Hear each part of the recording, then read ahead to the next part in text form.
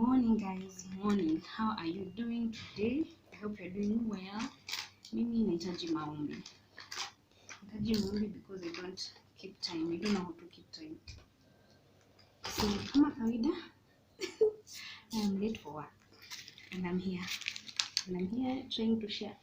So I have been reading the book of Genesis and jana nilikuwa nasoma kwa matatu and there were things that were shocking me. So don't judge my vision over here. So there's this story of Lot. So Lot was the nephew to Abraham. So Lot was living with Abraham basically, but they reached a time where the Bible says that Abraham was rich in cattle and what? I don't remember. And also Lot had gained the same amount of wealth. So there was a dispute between Abraham's herdsmen and Lot's herdsmen. So Abraham told Lot because God had given Abraham the land of Canaan, I think so basically, but nitatagio Bible verse unujisome because mimi nasema Kenya nakumbuka tu. So Abraham akamwambia just choose any part of Canaan that you unataka kusettle. So I hope it is Canaan, I hope sidangani. So Lot akaangalia akona the best land. Maybe Lot, I think Abraham was kind and Lot was just thinking about himself. So Lot akaangalia the best land and he chose a land where he and his herdsmen and his family would go to settle in. So I think he went to live in, I think it's either in Sodom or near Sodom. So the Bible says that Sodom and Gomorrah, but no, Gomorrah kweli because I remember only Sodom from what I read yesterday. So ilikuwa nasema that the town of Sodom, like those people living there walikuwa very sinful, and so God wanted to destroy the town of Sodom. So God passed by Abraham's household, and so when the Lord was living with his angels, Abraham went to escort them. So the Bible says that the angels left before them. God remained behind with Abraham. So God was telling Abraham that he wants to destroy the city of Sodom. I don't remember Gomorrah, I don't know why, but Sodom and Gomorrah. So God was telling Abraham that he wants to destroy the city of Sodom. And I think Abraham remembered that Lot, his nephew, was living in Sodom. So he started pleading with God and he said, surely God, you are the judge. You are the most fair of the like alikuwa anamuuliza God, uko serious? Yaani unataka kusema hata ukipata 40 men ama ni 50 men who are righteous, that you'll still destroy the entire city with both the righteous and unrighteous? So God akamwambia, no, nikipata hata 40 men sita destroy the city. So Abraham akaendelea kuplead until wakafika 10 men. So God was like, if I find 10 righteous men, I won't destroy the entire city of Sodom. So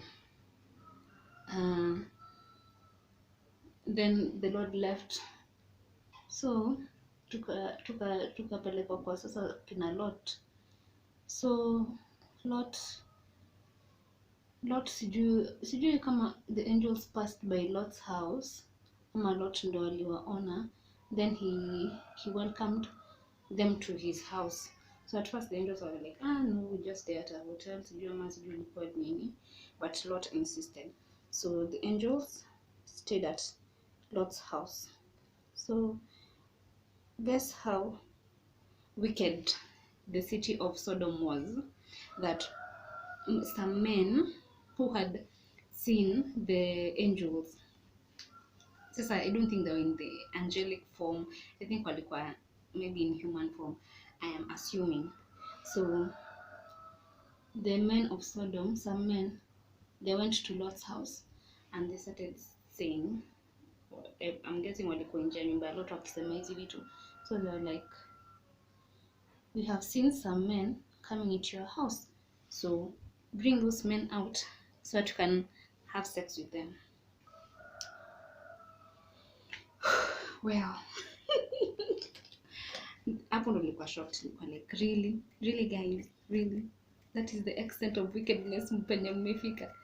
So Lot was like, I have two daughters who are virgins, let me bring them to you guys to do as you please with them, but leave these men alone.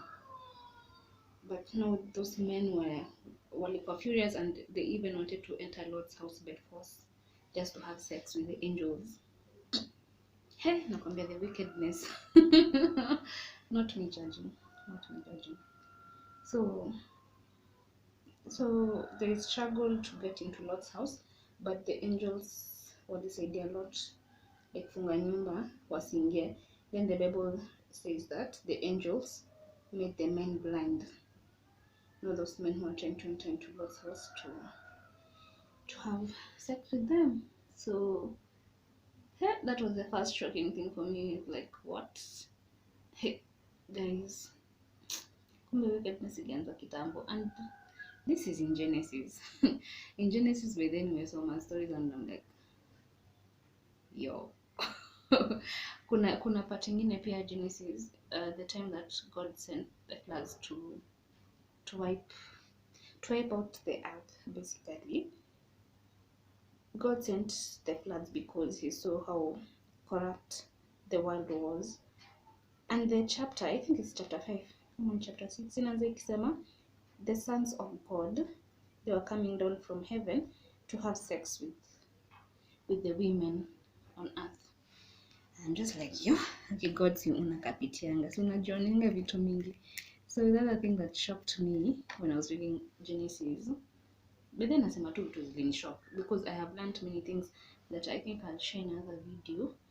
Nilikuwa tu nataka kushare the things that shocked me. So the other thing that shocked me was, so now Lot and his family were told by the angels to leave the city in the morning after they had spent that night. In the morning, the angels pleaded with Noah's family, with Lot's family, to leave the city of Gomorrah. Na wakaambiwa waende mbio because the Lord wanted to destroy Gomorrah.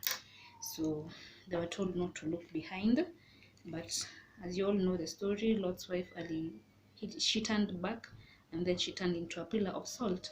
So she turned into a pillar of salt. So now tumeachwa na Lot and his daughters, the daughters who tulikuwa tumeambiwa hapo mbele, they were virgins, so they didn't have kids. So Lot tunaambiwa, I think he went to a certain town, then alitoka hapo, then he went to live in the caves. I hope I'm not getting the story wrong as I read it. So him and his daughters went to live in a cave because I think Lot felt safe there. So the Bible tells us Lot's daughters one day walikaa chini, then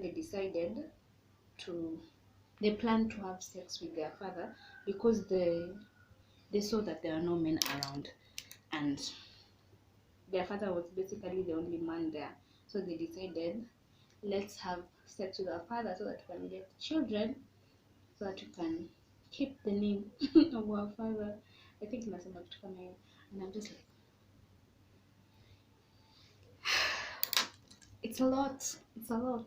First, kuna the people of Sodom who wanted to have sex the men actually, not the people, some men in Sodom who wanted to have sex with the angels. Now Lot's daughters want to have sex with their own father, so they plan to get their father drunk, which they succeed. So the first day, the eldest daughter lives with her father. So the Bible says that Lot was like, I think alikuwa tu amelewa ile amepass out, hata kuna elewa what was happening, like he didn't know that his daughter alikuwa amele with him. So the next day, the eldest daughter tells her younger sister that, so yesterday I lay with my father, so today it's your turn. Today it is your turn to lay with our father. Niko hapa nikisomea Bible niko like,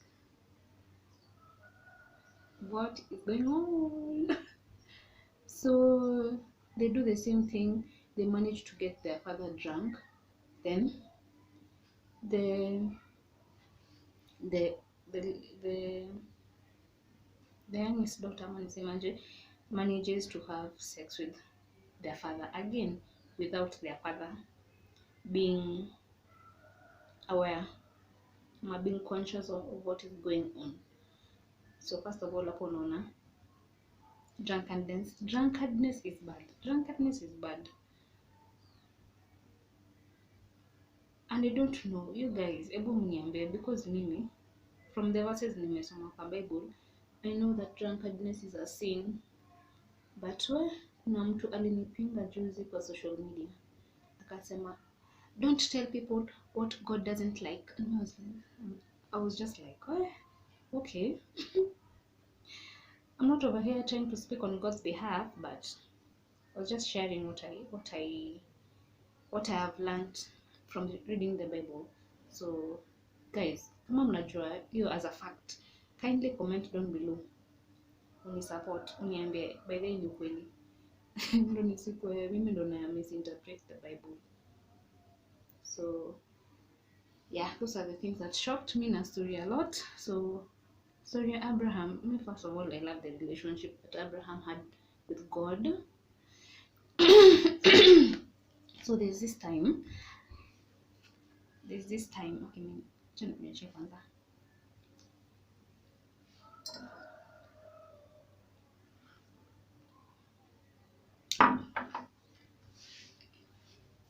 So moving on to story Abraham. So as I was saying, I love the relationship that Abraham had with God, but of course he's a human being, so kuna vitu zingine I was just doing and I was like, really Abraham? So Abraham, he was first called Abram before the Lord decided to change his name to Abraham. So Abraham they were living in the town of Canaan. So the Bible says that there was this time that Canaan was hit by drought. So Abraham and his family, they decided to go to the nearby town of Egypt, yani kuhepa hiyo drought yenye ilikuwa imehit Canaan. So before they went into the land of Egypt, Abraham tells Sarai, that she was called Sarai before, he tells Sarai, tukienda kwa the land of Egypt, because you are too beautiful. You are too beautiful. I will say that you are my sister, so that they may not kill me nikisema that you are my wife, and that I may find favor with the king, because now atakuchukua na mimi nitakuwa nimesema wewe ni sister yangu, so I will find favor with the king. Sasa Sarah, of course, very it's been very obedient wife, ama niseme what. So she does what Abraham had told her. So they went to the land of Egypt, and for sure, the beauty that Sarai had, people went to tell Pharaoh, there's this woman wamekuja into the town and she's so beautiful, you should take her as your wife. So the king summons Abraham and Sarai, and now he takes Sarah to be his wife because Abraham amemwambia, this is my sister. Yo. Nakwambia, God sent a plague to Pharaoh and his house, and akasamon Abraham akamuuliza, what is this that umefanya? Did you lie to me that Sarah is your sister? Abraham akamwambia, yes I did, because I didn't want you to kill me, whatever. Farao amejam, mmeniletea hapa plagues kwa my household. Tokeni Egypt saizi.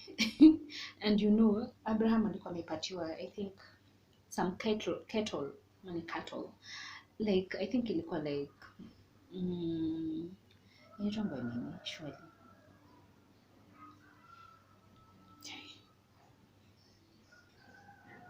Hii kitu ni watu wanapatiwa wangu ndo ile time ya wedding. Nataka surely. Hiyo kitu. So Abraham alikuwa amepatiwa cattle with Pharaoh.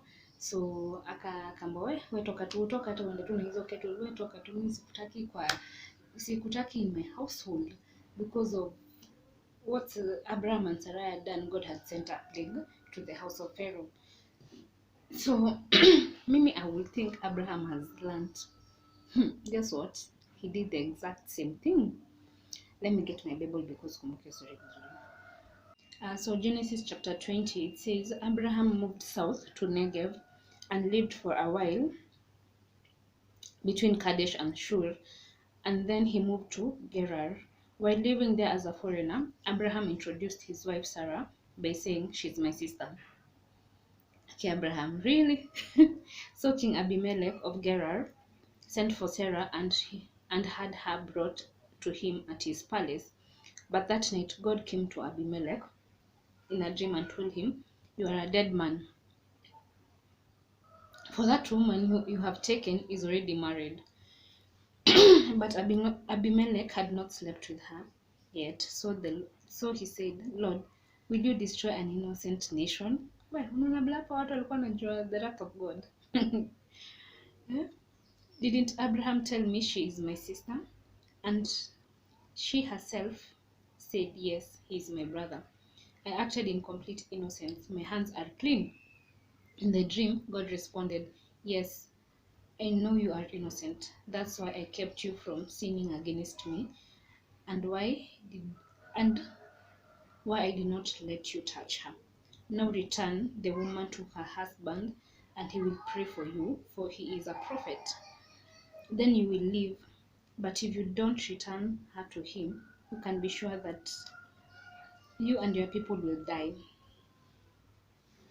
Well, maybe first of all, okay, I'm just asking a question, because mbona Abraham akui punished? Because him and Sarah are basically lying to these people that they're brother and sister, yet they're husband and wife. So unasikia God anaambia Abimelech nini? If you don't return her to her husband, you and your people will die. This is the same God that you're worshipping. This is the same God who does not tolerate easy sin. For sure. In my mind, nikisoma Genesis, I'm just like, what? First of all, God saw that easy punishment with resilience are from Adam and Eve. But the ones that are fresh in my mind, because these are the verses that nimesoma recently, ni time ya Noah, when God saw that the earth was corrupt, he sent floods. Nakwambia, the Bible records before the land ilikuwa completely dry, it took some months because God alikuwa flood the earth hadi tunaambiwa ilikuwa imekava hadi the highest peaks of the mountains, na hiyo from the highest peak of the mountain bado ilikuwa imerise like 22 feet higher. So unaweza tell how the earth was flooded, kama inakava up to the highest peak na bado inaenda 22 feet higher. So ilikuwa the first incident that I was like, mischeze God. Ingine ilikuwa time ya Noah. So time ya Sodom and Gomorrah, yo, tunaambiwa tu the burning sulfur and sijui fire ilikuwa inatoka from the sky inachoma those towns, and I'm just like yo, good. Good. Kenya sijui what happened, well lakini watu wa kitambo si mlikapitia, because I'm just thinking that saizi kama God angekuwa anafanya hivyo, seems like we are not perfect, we keep on sinning, tungekuwa tumeisha my guys. So the last one is now like vile Abraham like the first time that Sarai was his sister to Pharaoh, and God sent a plague. Saizi amesema Abimelech, if you don't listen to me, nakwambia wewe and your people will die. Guys, so many Genesis, okay not Genesis, so many Bible, nakwambia ni interesting guys. Hiyo ndo kenye nililearn. Okay, hakuna lessons hapo. Those are the things that I found interesting after reading those verses in Genesis. So mimi nakuencourage wewe soma Bible yako and get to learn these interesting things for yourself. Bye guys.